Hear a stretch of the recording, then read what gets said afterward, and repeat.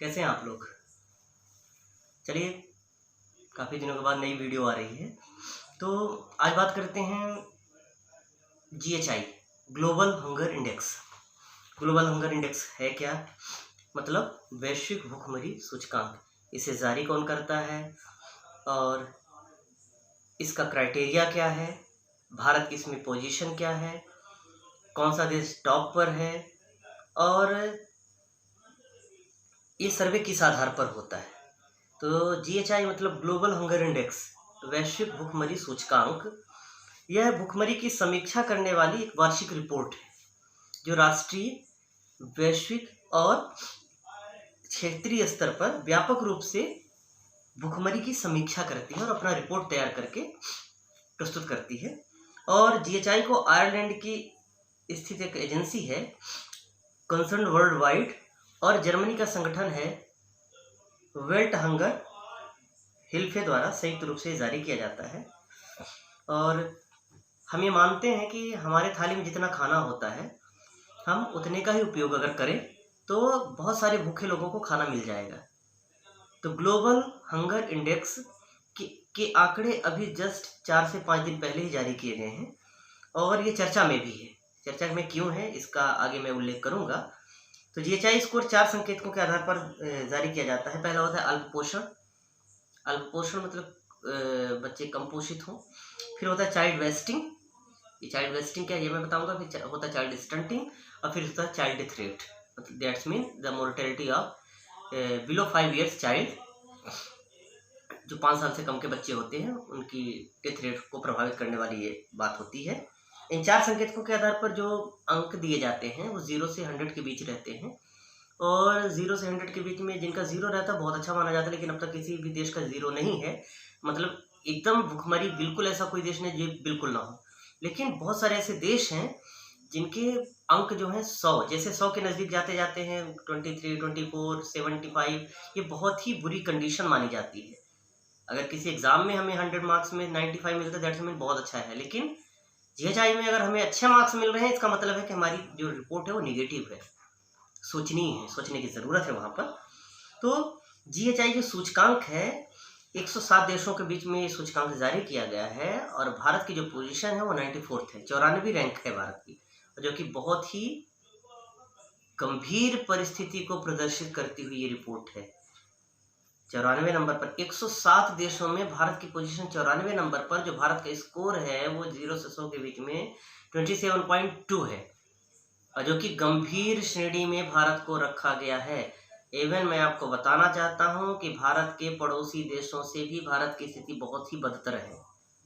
Pakistan 88वें number पर है और श्रीलंका 64वें पर, नेपाल 73rd और बांग्लादेश 75th रैंक पर है। अब भारत 94वें नंबर पर है और भारत की कंडीशन को बहुत ही ज़्यादा बुरा माना गया है। तो 107 देशों में सिर्फ 13 देश ही भारत से बुरी पोजीशन पर हैं। तो अगर हम भारत को विश्व गुरु बनाने की बात करते हैं तो इस तरह की अगर हमारी पोजीशन रैंक आएगी तो हम किसी भी एंगल से विश्व गुरु नहीं बन सकते। तो इसका जो भुखमरी के जो सूचकांक में सबसे गंदी पोजीशन पर जो देश है जैसे 107वें नंबर पर वो है हैती। हैती सुपर चार्ट है, ये साउथ अफ्रीकी, दक्षिण अफ्रीकी देश है। और बेलारूस जो है सबसे कम भुखमरी वाला देश है जो 0 से 5 के रैंक के बीच में है, 0 से 5 अंक के बीच में है। एकदम 0 तो नहीं है लेकिन 5 से कम है, मतलब वहाँ कम से कम लोग भूख से प्रभावित हैं। तो भारत का स्कोर 27.2 है और भारत बहुत ही ज़्यादा भुखमरी से ग्रस्त है। ये जो हम लोग फालतू का खाना फेंकते हैं ना, ये बहुत ही निगेटिविटी है ये। तो ये बात हुई। अब बात आती है कि जो 4 पैमाने दिए गए हैं कि अल्पपोषण, चाइल्ड स्टंटिंग, चाइल्ड वेस्टिंग और बाल मृत्यु दर, child mortality, child death rate. तो अल्पपोषित की बात अगर हम करें तो भारत की 14% आबादी जो है वो अंडर नरिशमेंट है। तो 14% of Indian population is under nourishment, जो कि कम कैलोरी के भोजन के कारण ये मापन किया जाता है। तो हम लोगों का जो भोजन है फास्ट फूड की तरफ जो हम लोगों का झुकाव चल रहा है ना, ये कैलोरी की मात्रा नहीं पूरी करती, ये हमारे स्वाद को जरूर पूरा कर लेता है लेकिन जो नरिशमेंट है वो नहीं मिल पाता, अंडर नरिशमेंट है 14%। भारत में 100 में से 14 लोग अल्पपोषित हैं। फिर आती है चाइल्ड वेस्टिंग, ऊंचाई की तुलना में वजन कम।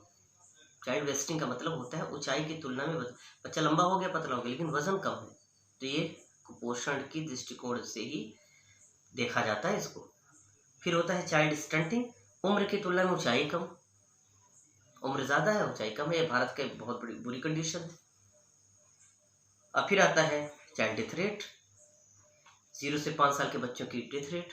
तो वर्तमान में ये स्थिति काफ़ी हद तक भारत के उसमें सुधार हुआ है, क्योंकि जैसे कि भारत सरकार और स्टेट गवर्नमेंट के द्वारा आंगनबाड़ी, आशा कार्यकर्ता, स्वास्थ्य विभाग और अन्य कई जन जागरूक अभियान जो चलाए जा रहे हैं, तो गर्भवती माँ की देखभाल, पैदा हुए बच्चे के स्वास्थ्य के लिए उचित दवाइयाँ, इन सब चीज़ों के कारण चाइल्ड डेथ रेट में भारत के उत्तरोत्तर प्रगति देखने को मिल रही है।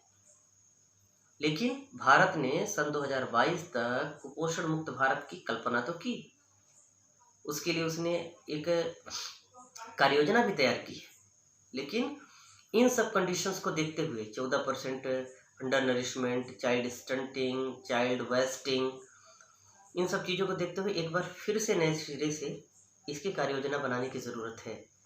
इससे Bharat under GHI global hunger index के सिलसिले में जो इसकी रैंकिंग है वो आगे सुधार आए। ये हम लोगों की सबकी कोशिश होनी चाहिए कि हम उतना ही खाना लें जितना हमें ज़रूरत हो। और ये विश्व भर में भारत की नाकामियों को दिखाती हुई ये रिपोर्ट है। अब ग्लोबल हंगर इंडेक्स कोई पॉलिटिकल पार्टी ऑर्गेनाइज नहीं करती है कि पॉलिटिकल पार्टीज के द्वारा ऑर्गेनाइज किया गया तो इसमें भेदभाव हो सकता है। ये एक स्वतंत्र एजेंसी है और जो उसने देखा वही उसने प्रदर्शित किया।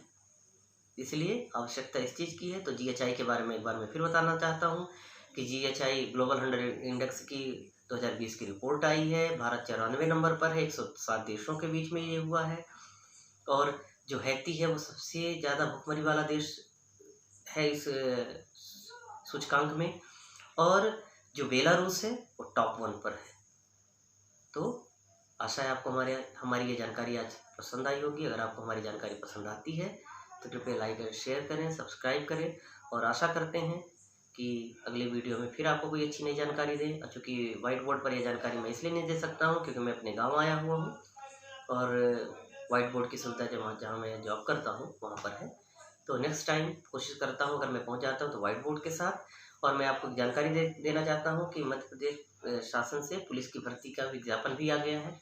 तो जो अगर इसकी तैयारी करना चाहते हैं तो कृपया कमेंट बॉक्स में उसका सिलेबस ज़रूर डालें। कोशिश करूँगा कि उनके मैथमेटिक्स से लेके कंप्यूटर, मैथमेटिक्स और मेंटल एबिलिटी जितनी भी चीज़ें हैं थोड़ा थोड़ा करके सब कुछ आपको बताने की मैं कोशिश करूँ। अगर हिस्ट्री, ज्योग्राफी, मध्य प्रदेश से रिलेटेड, मैं मध्य प्रदेश से रिलेटेड एक स्पेशल सीरीज़ चलाने वाला हूँ कि मध्य प्रदेश का संपूर्ण जो नॉलेज है GK वो पूरा का पूरा कवर करते हैं और डिटेल में रहेगा। चाहे मध्य प्रदेश की नदियाँ हों, चाहे मध्य प्रदेश की कलाकृति हो, संस्कृति हो, मंदिर हो, झरने हो, और मध्य प्रदेश की पावर प्लांट्स हो, इन सब चीज़ों की पूरी चर्चा की जाएगी। तो आशा है आपको हमारी जानकारी पसंद आई होगी। धन्यवाद।